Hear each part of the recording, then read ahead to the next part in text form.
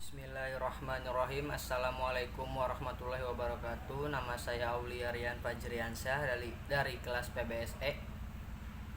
Saya akan menyampaikan materi dari buku Islam dan Ilmu Pengetahuan,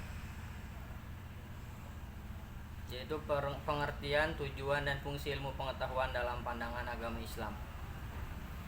Pengertian ilmu pengetahuan. Dalam Kamus Umum Bahasa Indonesia, ilmu diartikan sebagai pengetahuan atau kepandaian, baik itu segala yang masuk jenis kebatinan maupun yang berkenaan dengan keadaan alam akhirat. Pengetahuan mengenai segala sesuatu sesudah hidup di dunia ini. Ilmu akhlak misalnya, berbicara pengetahuan tentang tabiat manusia. Dalam bahasa Inggris, ilmu pengetahuan adalah terjemahan dari kata science. Science of language misalnya diartikan ilmu pengetahuan bahasa, science of fiction, dan arti cerita khayal yang bersifat ilmiah. Dalam A Dictionary of Modern Write Arabic, ilmu diartikan bermacam-macam, seperti knowledge, learning, lore, information, cognition, dan lain sebagainya. Definisi tersebut mengandung beberapa pengertian. Pertama, ilmu mencakup semua jenis atau macam pengetahuan, baik pengetahuan yang bersifat eksak, bahasa, fenomena alam, fenomena sosial, sejarah, pengetahuan agama, pengetahuan tentang kehidupan di dunia, dan pengetahuan tentang kehidupan di akhirat. Kedua, karena pengetahuan diperoleh melalui observasi, penelitian, perenungan, dan percobaan yang menggunakan segenap pemikiran manusia, maka ilmu itu merupakan hasil usaha manusia, kecuali ilmu yang diberikan oleh Tuhan melalui wahyu atau kitab sucinya. Yang ketiga, ilmu dapat berfungsi sebagai informasi, pengetahuan, argumentasi, dan tanggapan. Menurut Al-Raghib Al-Asfahani, ilmu adalah temuan tentang suatu dengan hakikatnya. Ilmu itu ada dua macam. Salah satunya adalah temuan tentang zat sesuatu, dan yang kedua temuan terhadap hukum yang terdapat pada sesuatu dengan adanya wujud sesuatu yang dengan bisa dinyatakan keberadaannya. Ilmu model pertama hanya membutuhkan suatu objek, seperti pada firman Allah, mereka tidak mengetahui Allah sedangkan Allah mengetahui mereka. Adapun ilmu yang kedua membutuhkan kepada dua ma'ruf atau objek, seperti firman-Nya, yaitu jika mereka mengetahui wanita-wanita tersebut beriman, dan firman-Nya pada hari Allah mengumpulkan para rasul, sehingga pada firman-Nya tidak ada ilmu bagi kami. Hal itu menjadi isyarat bahwa akal mereka terbatas.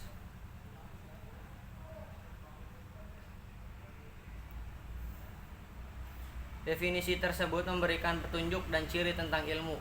Pertama, sesuatu dikatakan ilmu jika dapat menjelaskan hakikat sesuatu. Adapun hakikat sesuatu merupakan inti, bagian dalam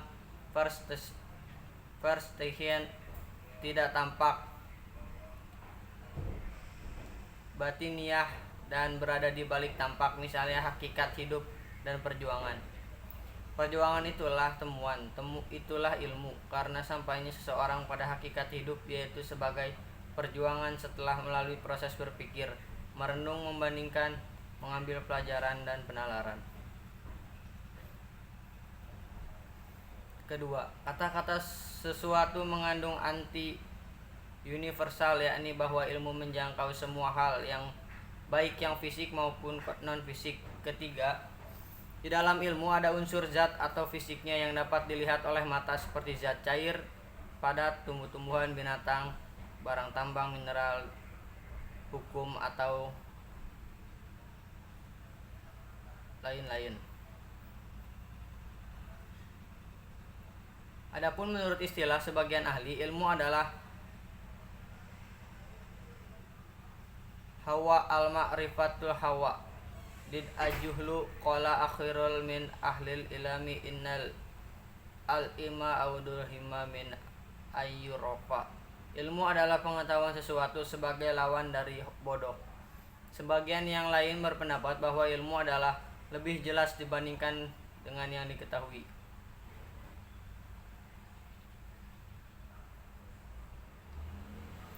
Tujuan ilmu pengetahuan.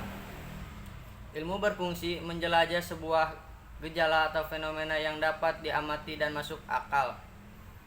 Orang misalnya melihat listrik menyala, maka ilmu menjelaskan faktor-faktor yang menyebabkan listrik itu menyala. Atau bola yang dilempar jatuh ke bawah, ilmu menjelaskan alasannya mengapa bola jatuh ke bawah. Dengan ilmu, segala sesuatu dapat dijelaskan. Ilmu tak ubahnya seperti cahaya. Ilmu tak bisa disembunyikan. Ilmu alam berfungsi sebagai dasar lahirnya teknologi. Ilmu sosial berfungsi mendasari sebuah konsep tentang pembangunan atau perencanaan sosial untuk masa depan. Ilmu agama berfungsi sebagai landasan spiritual, etika, moral, dan perilaku. Ilmu filsafat berfungsi sebagai dasar-dasar pengembangan berbagai ilmu, dan ilmu intuisi berfungsi melakukan integrasi batiniah dan pencerahan spiritual.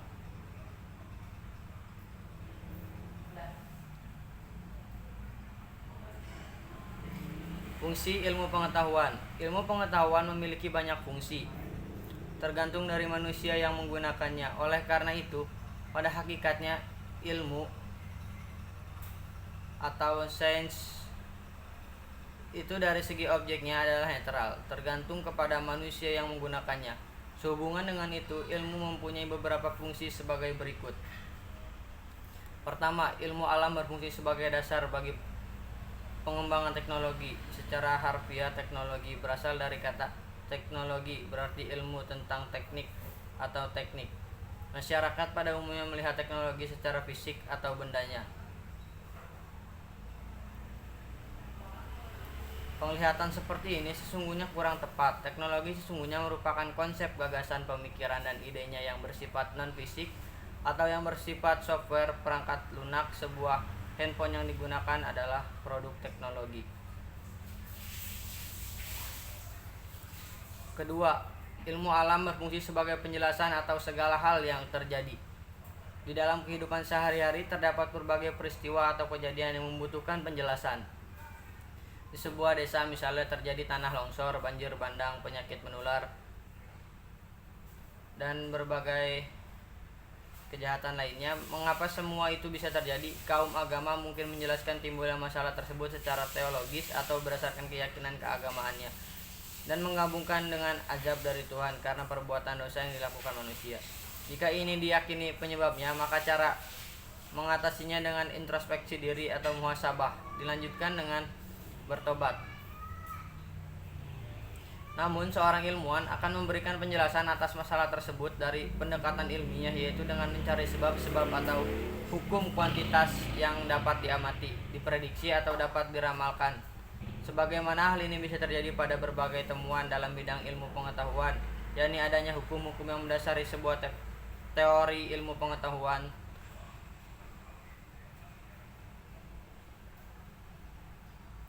Dan masih banyak fungsi-fungsi dari ilmu-ilmu lainnya.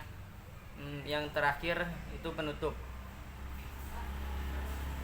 Berdasarkan uraian dan analisis sebagaimana dikemukakan pada bab terdahulu, dapat dikemukakan kesimpulan sebagai catatan penutup sebagai berikut. Pertama, ilmu pengetahuan adalah pengetahuan yang ilmiah, yaitu pengetahuan yang memiliki ciri-ciri: 1. Dapat diamati, dapat diuji coba di laboratorium. Yang kedua, objektivitas dalam arti tidak memiliki muatan rasa atau emosional. Yang ketiga, dapat dilihat, dirasa, diukur, ditimbang, ditakar, disimpan, dan seterusnya. Yang keempat, universal, bahwa hukum-hukum yang ada di dalamnya menjangkau semua benda. Yang kelima, time response-nya tetap. Yang keenam, masuk akal, yakni berbagai pengetahuan yang terjadi dapat dijelaskan melalui bukti-bukti yang jelas dan logis. Tidak dapat dimasuki unsur perasaan.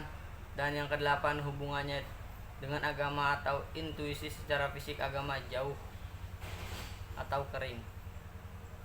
Kedua, pada masyarakat barat, ilmu pengetahuan biasanya dibatasi hanya pada ilmu alam, natural science, yang ciri-cirinya sebagaimana disebut di atas. Adapun ilmu yang berkaitan dengan sosial atau humainora, agama, dan lainnya disebut pengetahuan atau ilmu saja. Misalnya ilmu sosial, ilmu humainora, atau ilmu agama bukan ilmu pengetahuan sosial. Ilmu pengetahuan Humainora atau ilmu pengetahuan agama. Ketiga, dalam literatur Islam, semua jenis ilmu baik ilmu alam, ilmu sosial, ilmu Humainora maupun ilmu agama disebut ilmu. Kosakata ilmu dalam Islam meliputi semua jenis, macam-macam cabang ilmu. Yang keempat, ilmu pengetahuan di barat bersifat netral, tidak memiliki tujuan yang melekat pada dirinya sendiri, melainkan sangat bergantung pada manusia yang menggunakannya. Adapun dalam Islam, ilmu pengetahuan selain bertujuan untuk memberikan kemaslahatan